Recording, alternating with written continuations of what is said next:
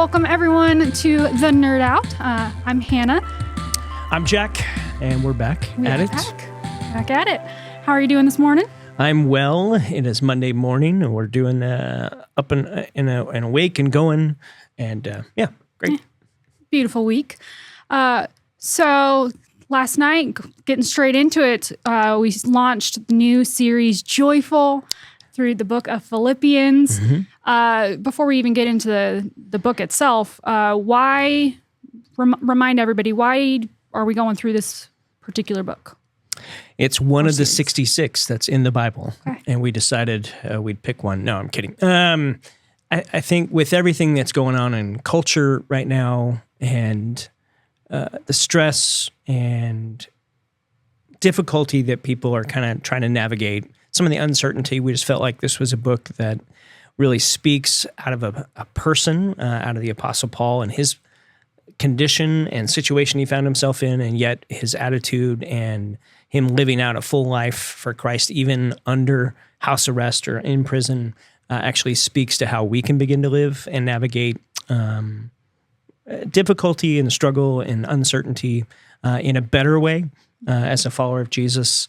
And so we just felt like it's the right time for this series. It's been, I think, 10 years since we've talked about the book of Philippians or gone through. Obviously, there's probably been sermons with different verses and things like that. But it's been, I think it was 2013 was the last time we went through it. So, yeah. It's time. Yeah. And I think Philippians is one of those underestimated books. There's so many verses that we reference out of it. You know, right. I could do all things through Christ. He who began a good work is faithful to complete it. It's so many, which we'll get into. So I think, we reference Philippians a lot, and I think it has this connotation of being this book of encouragement, but I think a lot of people underestimate, like, it's also a very challenging book. There's a lot of very much so. Really sobering commandments of, like, my favorite, do all things without, complaining or grumbling. Or like there's just, or like rejoice always, be thankful. Like there are so many different like commandments, and it is a very challenging book, as well as having that consistent undertone of being a book of joy, right? Especially in the midst of anyone who had the right to complain and grumble, the guy writing the book, and yet he's telling us. So a lot of challenging issued statements in there for us as followers of Christ. Yeah. But we're starting the new series. So Paul, he's in prison or on house arrest, and he's writing to the church of Philippi. Mm-hmm. Elaborate, why are they, like, what's that relationship with the Philippian church? Yeah, he kind of gets into it a little bit there, and it's kind of verses 6 through 8. He speaks about his deep affection for them. This is one of the earliest churches that Paul plants on his first missionary journey, and so he's been called by Christ and gone through some training and gone through his own reflection, met with some of the early apostles, and then gone out now.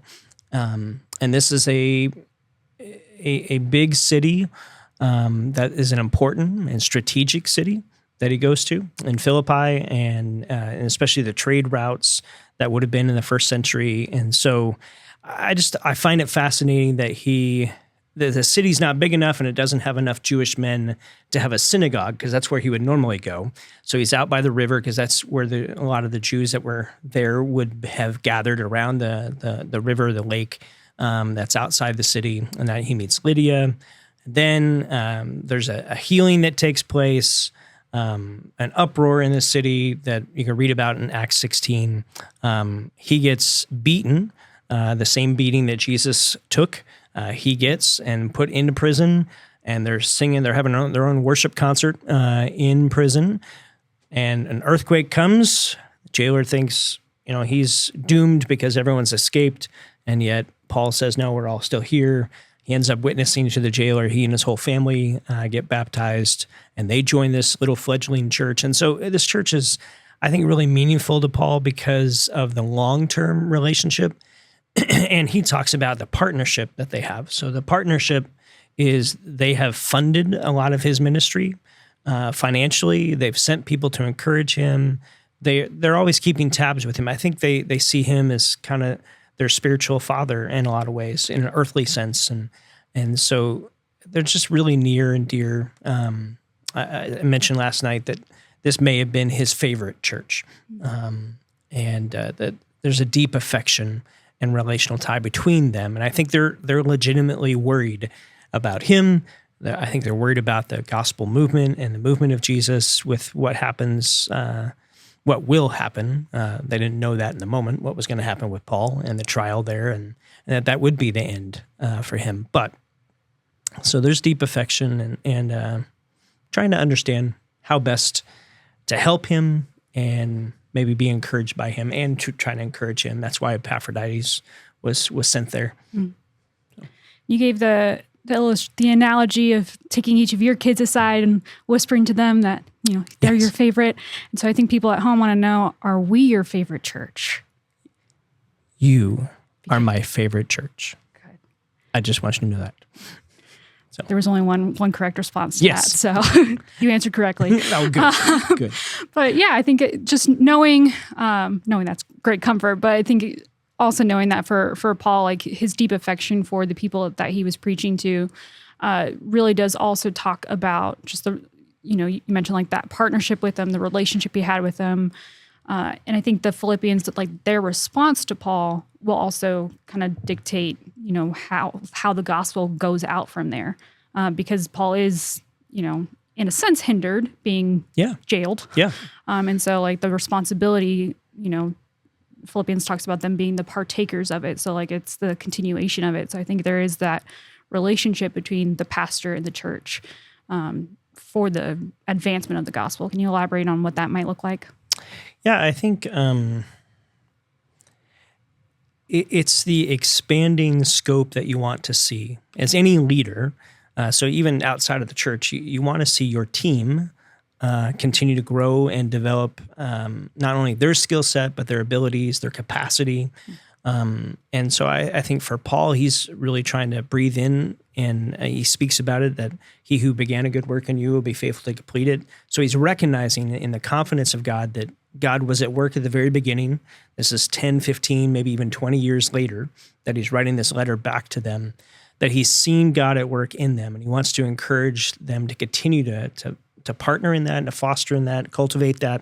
And I think for us, like, for example, being gone on sabbatical for 3 months was, man, I want our church to thrive without me, because it's not about me. I mean, I get to play a part and I get to be a significant role in that, but this is Jesus's church. And so I want our staff, I want our key leaders, I want our small group leaders, I want everyone to make their contribution and continue that. And I think that's Paul's desire for this Philippian church, and really his desire for all of the churches that he's a part of and planted, to see people rise up and begin to walk this out a little bit more. So it expands his capacity, because it's not all on him then. And so though he's hindered in prison, he knows his prayer is not hindered. And I think that's why he opens this letter with just a really powerful, beautiful prayer. And I may have mentioned this last night, but it's just, if you're ever struggling with your prayer life, man, Paul has some amazing prayers in his epistle letters. I think there's 13 letters that he writes. So half your New Testament. And those are great prayers to just pray for yourself individually, and to pray over your family, or to pray over your small group, or to pray over the people that you care about in your life, and just personalize them. Yeah. And part of his prayer was that they would abound in love and knowledge and discernment. What's that? Why is that different than just like, what's the connection between praying that their love would abound with knowledge and discernment? It's not just that they would, abound in love, right? But that it was like a it wasn't knowledgeable just this love, sentimentalism, or just become ushy-gushy feely. It was the knowledge of God, that you'd come to know God biblically, soundly, accurately, and that you would then allow that to begin to grow your insight, and understanding of him and how he's wanting us to live our life. And at the same time, that would increase our ability to have discernment. Because he's going to get to it in chapter 4, there's some relational dynamics, some tensions, if you will. No church ever deals with tensions. I mean, especially in the 21st century. We have solved that problem.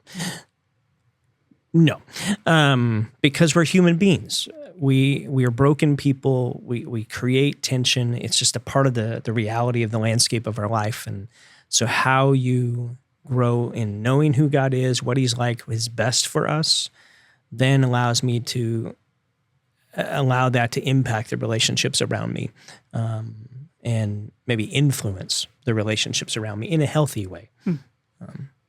I can learn to let go of some things that I just need to let go of, or I can challenge if I need a challenge, but I can figure out what's good and better, or what's best in a scenario, a situation. Not easy, but that's part of growing in knowledge, and that they would come to know God in a deeper way, especially in the midst of the backdrop of the Greek influence and Roman influence. That here from a Roman influence, Caesar is Lord. That's the statement. And he's advocating, no, there's only one Lord, and that's Jesus. So you're already countering what culture's pushing. I just finished, N.T. Wright wrote a book called Paul, A Fresh Perspective. N.T. Wright's one of the New Testament great scholars of our day. And he talks about the intelligence and the significance of Paul, that we're still talking about him 2,000 years later, and how God leveraged Paul's life from his Pharisaical roots and his training that he had all the way through just his mind. And he talked about it as he's probably on par with Aristotle, Plato, that the way he writes and everything that he encompasses, especially with the Greek influence and the Roman influence in his day, and how he navigated and kept pushing back against the forces of the day or the culture of the day to say, no, there is one Lord. It's not the ones you guys are pointing to. It's Jesus. And how he would weave the Jewish story into the Jesus story, and how that Jesus story would actually begin to have an impact, pushing back against a lot of influence from Greek culture and Roman culture. Which is incredibly a powerful testimony. I think it's so easy for us to forget where Paul came from, because the prolific writer that he is, like, he wrote much of the New Testament, and so we paint him this hero of scriptures, and yet I think often forget where he came from of murdering Christians, and so just that, like, the 180. Jesus saved him, and like, just what an example, how quickly and how powerfully the Spirit moved in his life. And I mean, we'll probably more into chapter 3 and 4 of like counting it all as loss. But looking at Paul's life and just the changes he made, that is an example of transformation to the utmost extreme. And that is what we're called to do. Right. That's part of the good work that he is referring to, of that he's faithful to complete it. Can you, for that verse, is often, I myself included, often take it out of context. What does it mean for the Lord to be faithful to complete the good work? Like, what good work is he referring to? Is it any good work that we do? What does it mean until the day of Christ that he's how do we know if it's been completed? Like that verse is it's a very popular verse, and yet I feel so what he's getting at, the good work is the good work that Jesus has done through faith, that it's our salvation, it's our righteousness that we gain as a gift from God. It's not something that necessarily is, there's an aspect of our character development, of our soul development, but it really is speaking of the work that Jesus did for us, and that he is going to complete that work in us. Now, at the same time, we know that part of Paul's heart and part of the New Testament's heart is that Christ would be formed in us. That's Galatians 4. And he talks about, I ache in until Christ is formed in you. And so spiritual formation matters, that we don't stay baby Christians, and that we don't stay as infant in our faith, that we grow up, that every parent wants their kid to grow up and to mature and to thrive in life. And I think that's what he's getting at. So it is this idea of a work that God started. It's not something we get to partner with and participate in, but we didn't initiate it. It's a gift from the Lord. It's a faith regeneration within us as we put our faith in Jesus. And that the day of Christ, he speaks of that. I mentioned that there's 6 times in Scripture that phrase "day of Christ" is used. 3 in Philippians, 2 in 1 Corinthians, and 1 in 2 Corinthians, all of Paul's letters. And so what he's writing about is the day when Christ will come and complete the work of salvation's finished now. And you're now home with me. Here's the rewards that Christ is going to give each of us as followers of Jesus because of our participation in the gospel and participation with him in the world. But at the same time, it is this invitation for us that we're always a work in progress. And that if we're not dead, God's not done working on us, and that there's things that he wants to form. That's why he talks about that you'd be filled with the fruit of the Spirit, which is a plural. So it's all these fruits. So love, joy, peace, patience, kindness, goodness, gentleness, self-control. It's not like you get 6 out of those and you leave the others.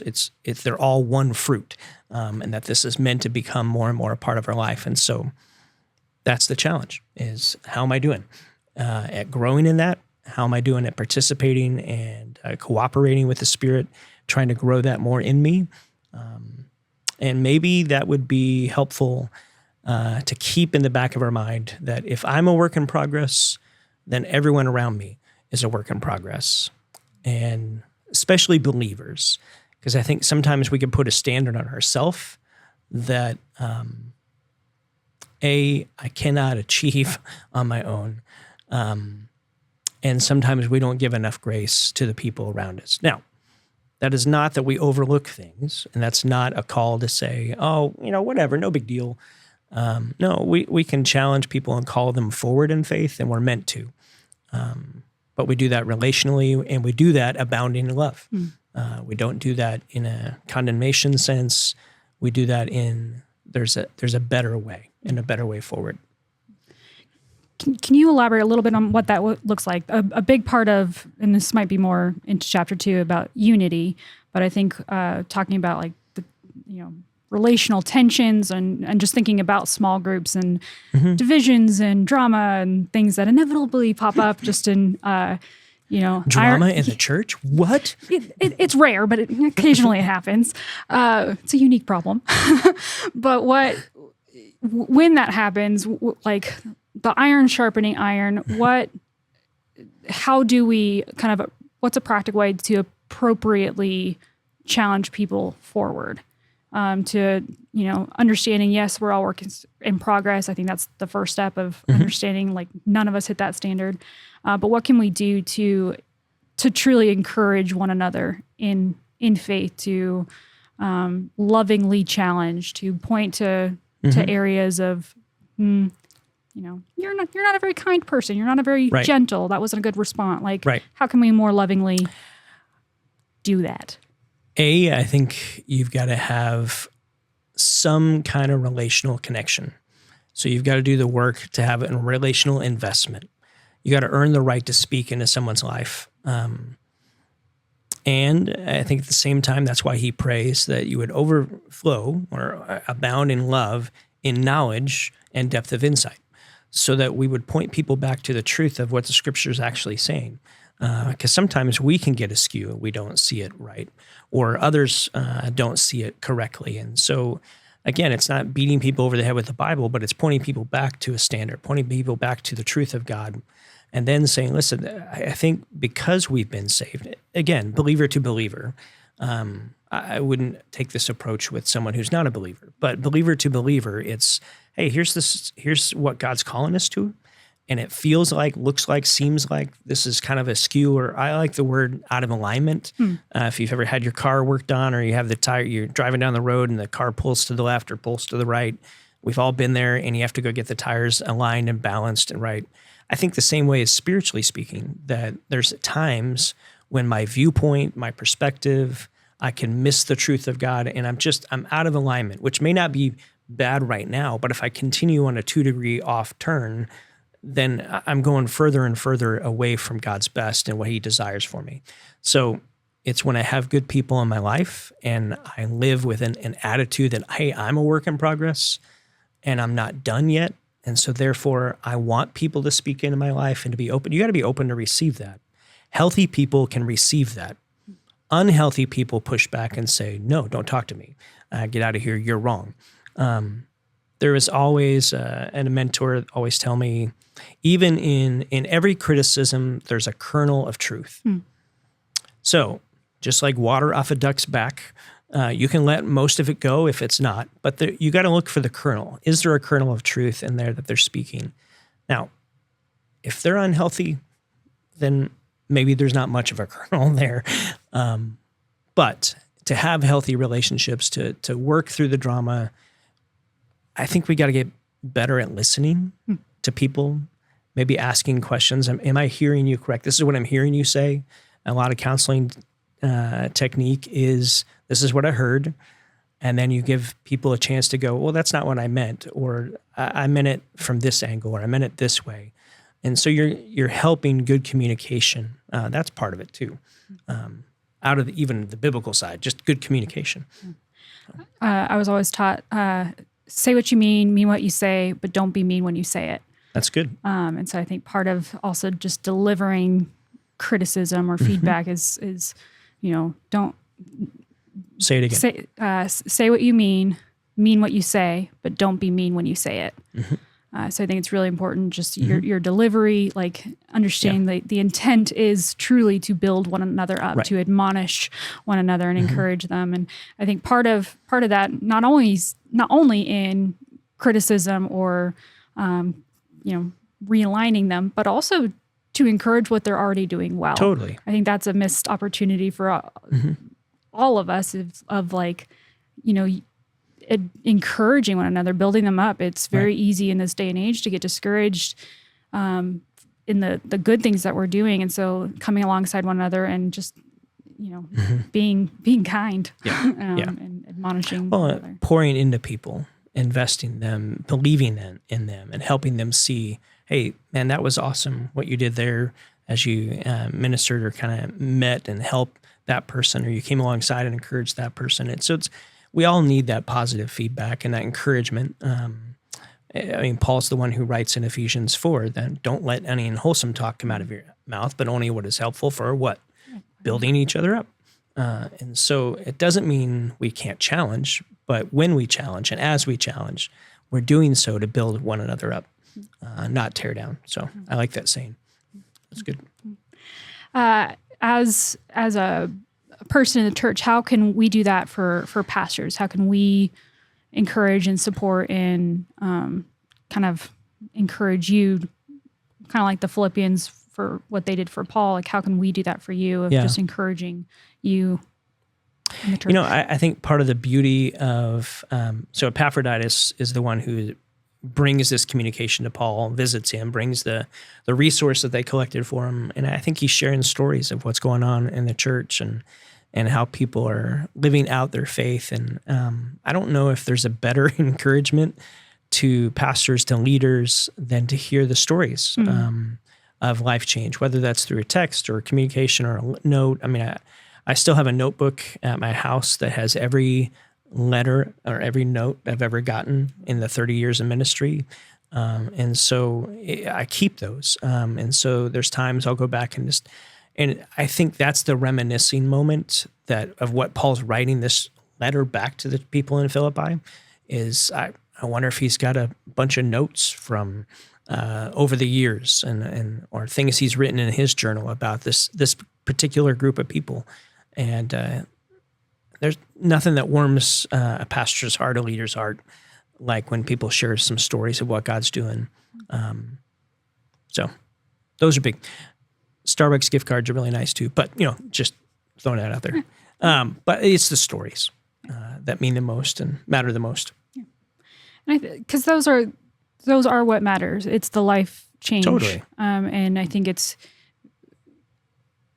would be challenging not to know that, not to see the fruit, because I mean, you see the fruit in your immediate life and in your own, but like to see how the ripple effect of what God has done through you, being able to see that, it is encouraging just to keep forward. And I think that's part of the advancement. That's the beauty of being at a church for the long haul. So 11 years in now with Elements, it's easier to see God's faithfulness in the stories and life change and transformation that he's doing within people, and then within their immediate reach and within their expanded reach. I don't know what the latest stat was. It used to be that statistically around the nation, churches had a pastor for less than 4 years. And then they would move on or get a new one. And it's just, that breaks my heart, because you invest, but you don't get to see the ripple effect or the stories coming from that, because that takes time. So grateful to be here. You're my favorite church. I just wanted to say that. Okay. So Paul is in, how did Paul get, what did he do to become in prison at this point? Like, why is he in this situation to begin with? The short story is that you'd have to go back and totally track all the little hurdles, but basically he appealed to Caesar as a Roman citizen. Guys, that's part of the beauty of Paul is he's Jewish, but he's also a Roman citizen, and so it was in this conflicted time of a lot of tension where they were looking to kill him, and he appeals to Rome, and the Roman soldiers are like, well, wait, this is a Roman citizen. We got to get him out of here. So they get him out of there, and now he's gone. But he's gone through shipwreck. He's gone like a whole bunch of stuff. 1 Corinthians 15, I think, unpacks everything this guy's gone through. It's amazing. Talk about life transformation from one end of trying to hunt down Christians to then being beaten for being a Christian several times, shipwrecked, and now on trial for being a person of faith and trying to grow this early church. He is an amazing person that God did amazing work in and through. So that's the appeal.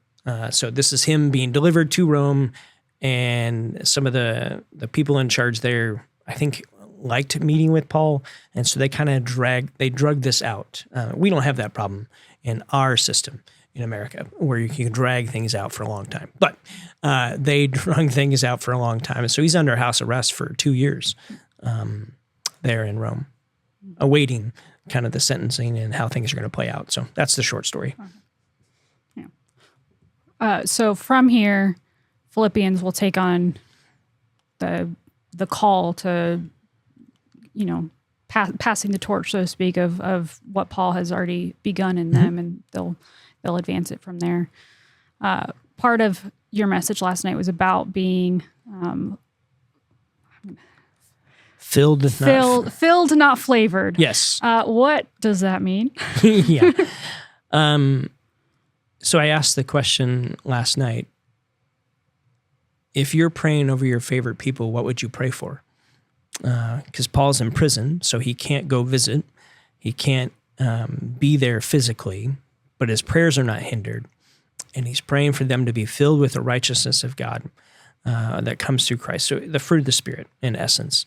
And I think he's wanting these people and us in connection to be Jesus-filled people, not just Jesus-flavored. In the sense of, and I used the juice bottle last night, that the FDA has...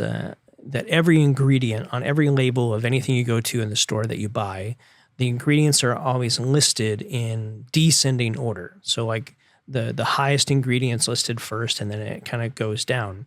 Well, if he's wanting them to be Jesus-filled people, so like this Jesus characteristic, this Jesus heart, this Jesus love, this love, joy, peace, patience, kindness, goodness, that kind of life should be high in your label. It shouldn't be buried way down. and it's just a flavoring that's added in there. And some of the juices that we go by, okay, they look like grape juice. Well, but grape juice concentrate is actually fourth or fifth ingredient down. It's filtered water and sugar and all this other stuff. And so I think in essence, that's what he's saying is I want you to be filled up, and abounding in love is this idea of overflowing. So like when you pour a soda into a small glass, if you pour it real fast, it fizzes up, overflows. That's the picture he's wanting, is that when people bump into you, they're bumping into more and more the Jesus filling, that you can even have an outward good packaging of wrapping of life, but is Jesus just a flavoring of your life, or is he one that's really filling your life?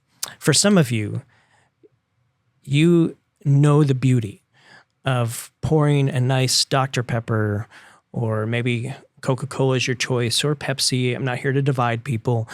But then there's others of you who have gone down the broad path of LaCroix. I do not understand this. This is not good, friends. It isn't. I have tried a couple, and they're just not good. Yeah. They're not good.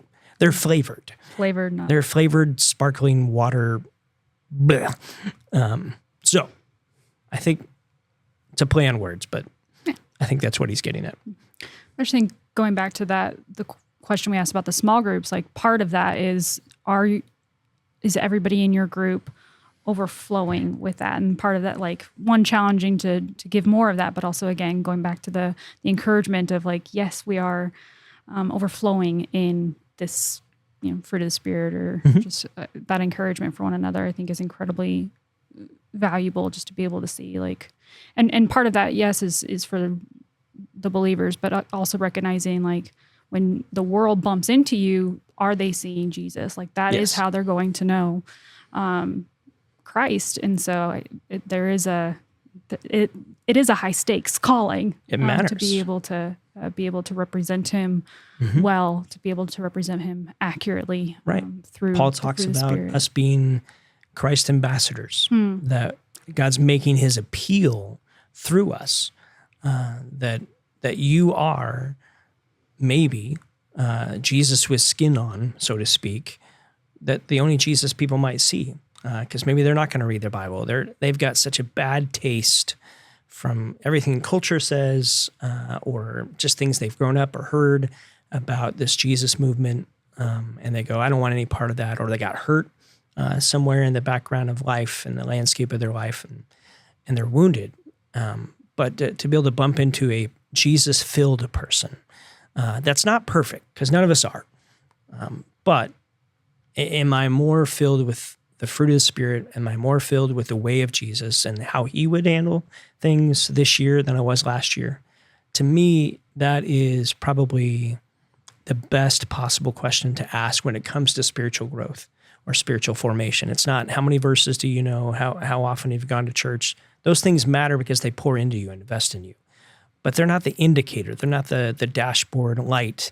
It's when push comes to shove and people bump into you, are they experiencing Jesus a little bit more this year than they were last year? Or this month more than last month? And the trajectory of that. I think that's why the followership is a big deal, that Jesus invites us into following him. That's a relational calling and a relational invitation. It's not a program that you just tackle and finish and you're done. You're almost done with your PhD. You're working on that. And you're going to be done at one point. Some point soon, hopefully. One more year. But that's an accomplishment. It's a project that you tackled, and then you'll have that behind you. But that's not followership to Jesus is not a project we finish and we're done with. It's this constant, continual invitation that he who began a good work in you is going to be faithful to complete it, and we're meant to be participating in that all the time. Amen. So Paul committed a crime. He's in prison. His consequence was very extreme. Final question of the day: if you could commit a crime that didn't hurt anybody, and that you didn't have you didn't have any consequences, if you could commit any crime that didn't hurt anybody, what kind of crime would you commit? Wow, There are so many options. All right. I think I would. So it can't hurt anybody. Okay. I would love to probably steal or borrow long-term, just for a day, like a speedboat. I think that'd be super fun just to go out on the lake and do that, or a houseboat and have a bunch of friends or something like that. Or somehow sneak on to Augusta National and play golf at Augusta, which is a member only. Like, I'll never play there. But if I could somehow sneak on and play, that would be a dream come true as well. Or St. Andrews, either one. Okay. All right. That's my, Very cool. Well, at home, be thinking, if you could commit a crime without hurting anybody, what would it be? Talk to your small group. Yes, I think it's a great opening question. I ask my students that all the time, and it's just very interesting what people would everyone choose. has different crimes. Like the sinful nature comes out, Yeah. but it also it's just very telling of the heart. Excellent. Well, next week we are continuing the series in Joyful, going through Philippians. Are we finishing chapter 1 next week? We have 2 more weeks in chapter 1. Exciting. Very cool. Well, I hope everyone has a delightful week, and we will see you soon.